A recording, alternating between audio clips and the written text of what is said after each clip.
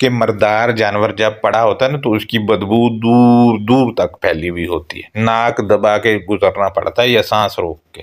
وہ کھائے گا کیسے؟ اس کو جانور نہیں، کتے نہیں کھا رہے ہوتے. اب ایسا ترجمہ انہوں نے لکھ دیا ہے کہ مردار حرام ہے. ارے بھائی، یہ ترجمہ میں جو یہ لکھا ہے نا، فضول باتیں ہیں جو خالق کی طرف منسوب کی گئی ہیں. اس وجہ سے ایسا کیا گیا تاکہ اصل حقائق سے جان چھڑائی جائے.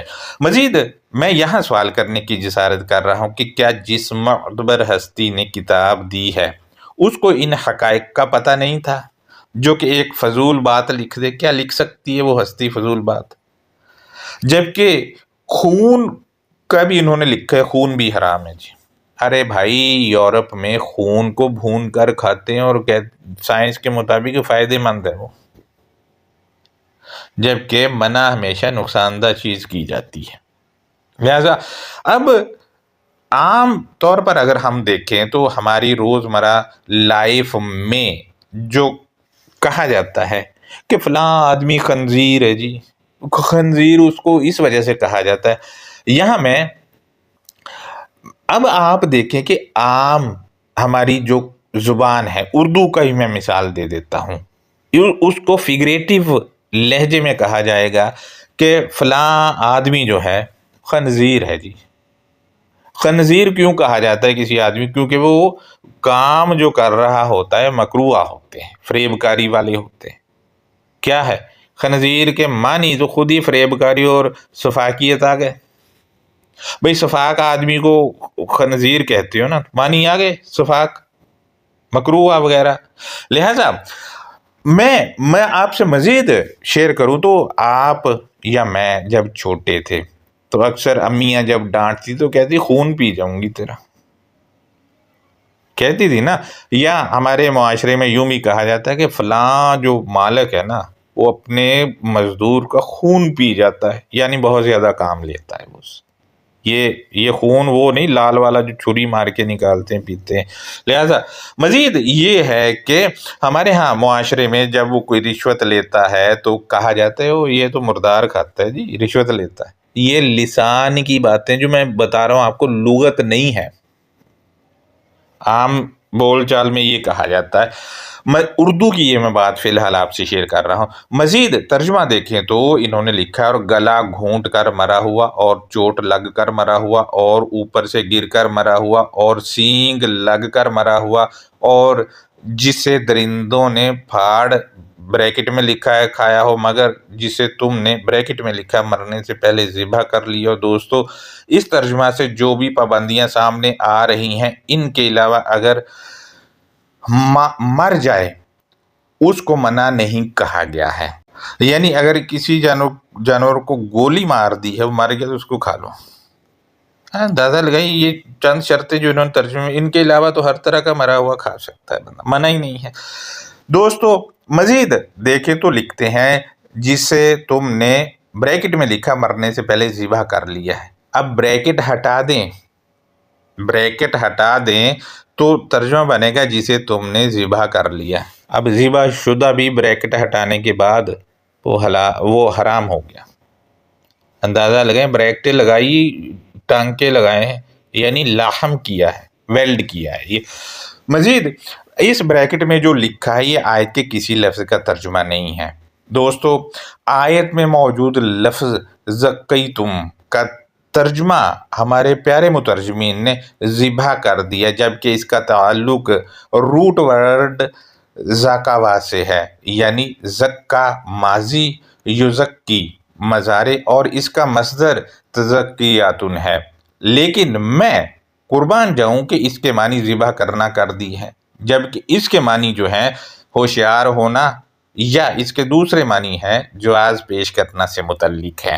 لہذا دوستو انہوں نے ترجمہ میں لکھا ہے کہ ڈرو، جبکہ ڈر معنی جو کیے جاتے ہیں وہ لفظ خوف کے کیے جاتے ہیں، اور خوفن یہ الکتاب المبین میں لفظ موجود ہیں الگ مینشن کے طور پر. مزید آپ اوورآل ترجمہ دیکھیں تو مجبوری کی حالت میں یہ سب کچھ کیا جا سکتا ہے، اور اس ترجمہ میں لفظ اسلام اور دین کے معنی کیے ہی نہیں گئے ہیں۔ دوستو ہمارے لوگ جو ہیں کچھ وہ کہتے ہیں کہ جی سور تو اس وجہ سے حرام ہے کیونکہ وہ اپنا یورین یعنی پیشاب پیتا ہے، جبکہ اس کے برعکس اگر ہم دیکھیں تو بکرا اپنا یورین یعنی پیشاب پیتا ہے، اور جو زیادہ پیتا ہے اس کے گوشت سے بھی اسمیل آ جاتی ہے، اس کو کھانے کے قابل بنانے کے لیے اس کو خصی کیا جاتا ہے۔ اسی طرح بیل بھی کرتا ہے، خصی کیا جاتا ہے۔ ارے بھائی جب ان کو خصی کر رہے دونوں کو تو اس کو بھی کر لو، کھانے کے قابل بنانا ہے نا۔ جبکہ بکرا جو ہے مادہ پہ بھی چڑھ جاتا ہے اپنی ماں پہ، اسی طرح بیل بھی چڑھ جاتا ہے، اور سور کے متعلق جب وہ کہتے ہیں کہ مادہ پہ چڑھتا ہے اس وجہ سے ہم نہیں کھاتے۔ یہ تو حال ہے یار، کرے تو بندہ کرے کیا۔ دوستو یہ کچھ چیزیں تھیں جو میں نے آپ سے شیئر کی ہیں۔ آیت کی انڈرسٹینڈنگ کو دیکھتے ہیں تو اس آیت کو پچھلی والی آیات کے تسلسل میں دیکھا جائے گا، لہذا سورہ 5 کی 3 میں ہے کہ حرمت علیکم المیتۃ والدم ولحم الخنزیر وما اہل لغیر اللہ بہ، کائنات کو بنانے والے سے جڑے ہوئے امن پسندو، تم پر مار دھاڑ اور پھوٹ ڈالنا یا خون خرابہ اور گندے پن یا بری خصلت یا فریب کاری یا سفاکیت کی جوائننگ کو منع کر دیا گیا ہے، اور جو آواز کی گئی ہو کائنات کو بنانے والے کے علاوہ پرائے یا غیر کی کائنات کو بنانے والے کے ساتھ۔ دوستو جو مار دھاڑ ہے اور پھوٹ ڈالنا یا خون خرابہ یہ زیادہ خطرناک ہے معاشرے کے لیے، یا ایک جو ہے وہ خون جو کسی جانور کو کاٹتے ہیں تو اس وقت بہتا وہ زیادہ خطرناک ہے پینے والے ایک بندے کے لیے؟ خود سوچیں۔ مار دھاڑ سے یہاں منع کیا جا رہا ہے، پھوٹ نہیں ڈالنی یا خون خرابہ نہیں کرنا، اس سے منع کیا جا رہا ہے، اور پھر لحم الخنزیری سے منع کیا جاتا ہے، یعنی سفاکیت، بری خصلت، گندے پن، فریب کاری کی جوائننگ کو روکا جا رہا ہے۔ آپ سے میں یہاں ایک سوال کروں کہ ایک 4 ٹانگ والا خنزیر جس کو جانور کہتے ہیں معاشرے کے لیے وہ زیادہ خطرناک ہے یا پھر شفاک آدمی جو ہے، فریب کار آدمی، وہ معاشرے کے لیے زیادہ خطرناک ہے؟ ان میں سے ایک کا چناؤ کرے تو آپ کے لیے کون زیادہ خطرناک ہوگا؟ یہ سوال آپ کے لیے میں چھوڑ رہا ہوں۔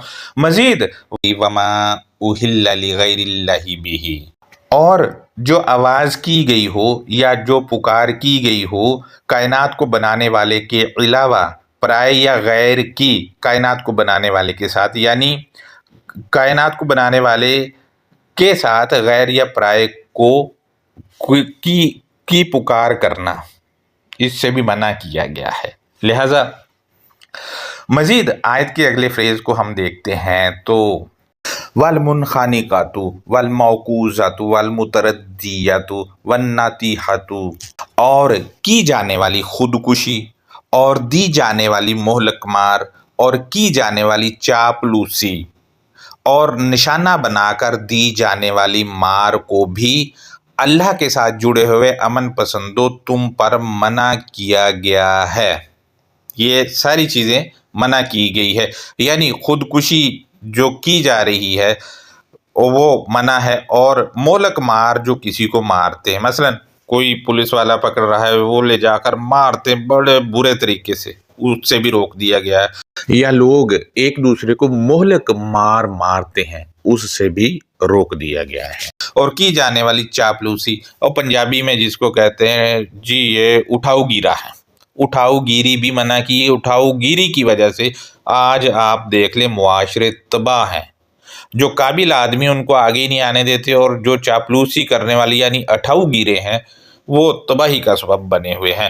اسی طرح آپ دیکھیں کہ یہ جو امن پسند جو ہیں ان کے لیے ان پر یہ منع کی گئی ہے۔ مزید آیت کے اگلے فریز کو دیکھتے ہیں تو اس میں ہے وَمَا آكَلَ السَّبُعُ إِلَّا مَا زَكَّيْتُمْ وَمَا ذُبِحَ عَلَى النُّصُبِ وَأَن تَسْتَقْسِمُوا بِالْأَزْلَامِ ذَلِكُمْ فِسْقٌ۔ اور جس نے انتشار پسندی یا بد انتظامی کو استعمال کیا، اس کے علاوہ امن پسندوں جو تم نے چالاکی کی اور جو جال سازی پر الگ کیا گیا، اور یہ کہ تم تکے بازی کے ساتھ پھوٹ ڈالو، یہ بھی تم پر منع کیا گیا ہے۔ اللہ کے ساتھ جڑے ہوئے امن پسندوں مذکورہ بالا ہی الہی کے ساتھ عہد شکنی ہے، یعنی جو منع کیا گیا ہے اگر اس پر چلو گے تو پھر عہد شکنی ہو جائے گی اگر وہ کرو گے۔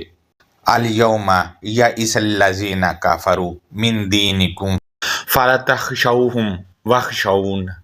آج کے دورانیہ میں وہ جنہوں نے مسترد کیا، یا آج کے دورانیہ میں وہ جنہوں نے کفر کیا، تمہارے زندگی گزارنے کے طریقہ کار میں سے وہ گروہ مایوس ہوا، پس امن پسندوں تم ان مسترد کرنے والوں سے مخلص نہ ہو اور تم مجھ سے ہی مخلص رہو۔ یعنی جو وقت چل رہا ہے، تمہارے لیے زندگی گزارنے کے طریقہ کار دے دیے ہیں کائنات بنانے والے نے، وہ گروہ جنہوں نے ان کو مسترد کر دی، یعنی ان میں سے وہ طریقہ کار جو انہوں نے چھوڑ دیے یا جھٹلا دیا ان کو یا مسترد کر دیے، تو مایوس ہو جاتے ہیں وہ، کیونکہ قامت پروان نہیں چڑھتے ہیں۔ مزید ہم دیکھتے ہیں مخلص جو رہنا ہے وہ اسی سے رہنا ہے جو خطاب کر رہا ہے، اور وہ کائنات بنانے والا ہے، یہ اس آیت کے مطابق۔ مزید ہم دیکھتے ہیں الیوم اکملت لکم دینکم واتممت علیکم نعمتی ورضیت لکم الاسلام دینا۔ آج میں نے تمہارے لیے تمہارے خود کے زندگی گزارنے کے طریقہ کار کو مکمل کر دیا، اور میں نے تم پر اپنے خود کے تحفے کی تکمیل کر دی، اور میں نے تمہارے لیے سلامتی دینے والے زندگی گزارنے کے طریقہ کار کو پسند کیا، یعنی وہ طریقہ کار جو باعث سلامتی ہیں وہ پسند کیے گئے ہیں جی۔ مزید ہم دیکھتے ہیں آیت کے اگلے فریز میں، تو اس میں لکھا ہے فَمَنِ اضْطُرَّ فِي مَخْمَصَةٍ غَيْرَ مُتَجَانِفٍ لِإِثْمٍ فَإِنَّ اللَّهَ غَفُورٌ رَحِيمٌ۔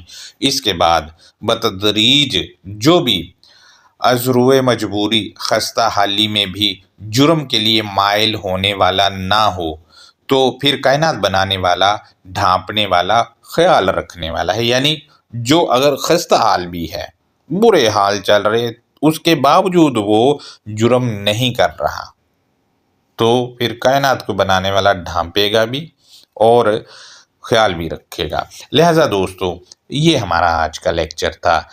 دوستو اس میں آپ دیکھیں کہ یہ میں نے ایک لگایا بھی ہے، اس میں 11 چیزیں ہیں جن سے روکا گیا ہے، اور یہی اگر ہر بندہ اپنے اوپر نافذ کر لے یا معاشرے پر نافذ کر دیے جائیں تو ایسا معاشرہ سامنے آئے گا کہ آپ کی سوچ بھی نہیں ہوگی۔ لہذا وہ مار دھاڑ یا خون خرابہ یا سفاکیت کے ساتھ جوائن ہونے سے ہی بندے باز آ جائے نا، تو معاشرہ مثالی ہوگا، مثالی معاشرہ بن جائے گا۔ یہ آپ دیکھیں کہ یہاں کہیں نہیں لکھا ہے کہ وہ جی خون نہیں پینا یا پھر وہ مردار نہیں، مردار تو ویسے ہی نہیں کھاتا ہے، مرا پڑا جانور جو ویسے ہی اس میں سے بدبو آتی، کوئی کھاتا ہی نہیں۔ اسی طرح وہ کہتے ہیں 4 ٹانگ والا جو جانور ہے جس کو یہ لوگ سور کہتے ہیں، اس کا گوشت نہیں کھانا، اس کی تو بات ہی نہیں ہو رہی، بہت معمولی چیزیں ہیں، قرآن ان معمولی چیزوں پہ بات کرتا ہی نہیں ہے۔ لہٰذا اگر اب مجھے کچھ دوست کہیں گے ارے بھائی آپ کھا لو، تو میرے بھائی میں نے جیسا کہ کہا ہے کہ سورہ 3 کی آیت نمبر 93 کے مطابق جو میرا نفس کہے گا وہ میں کھا لوں گا، جس سے مجھے منع کہے گا وہ نہیں کھاؤں گا۔ شروع سے اب تک جتنی بھی میری عمر ہے یا آپ کی عمر ہے، ہمارے گھر والوں نے جو کہا ہے کہ فلاں چیز حرام ہے، فلاں حرام ہے، فلاں حرام ہے، وہ تو ویسے ہی نہیں کھا سکتے، کیونکہ وہ ہمارا جو نفس ہے وہ بن ہی ایسا گیا ہے کہ اس سے الٹ جا نہیں سکتے ہیں۔ دوسرا یہ کہ وہ لوگ دنیا میں ان چیزوں کو کھا بھی رہے ہیں، تو ان کے لیے حلال ہے، لہٰذا 3 کی 93 کے مطابق چیز نفس پر حرام ہوگی اور نفس ہی کہے گا کہ یہ نہیں کھانی میں نے اور یہ کھانی ہے، لہذا نفس حرام کرے گا۔ یہ آج کا لیکچر تھا۔ اس پر اگر آپ اپنی قیمتی رائے دینا چاہیں تو کامنٹ میں آ کر دے سکتے ہیں۔ اگر میں غلط ہوں تو میں اپنی اصلاح فوراً کر لوں گا۔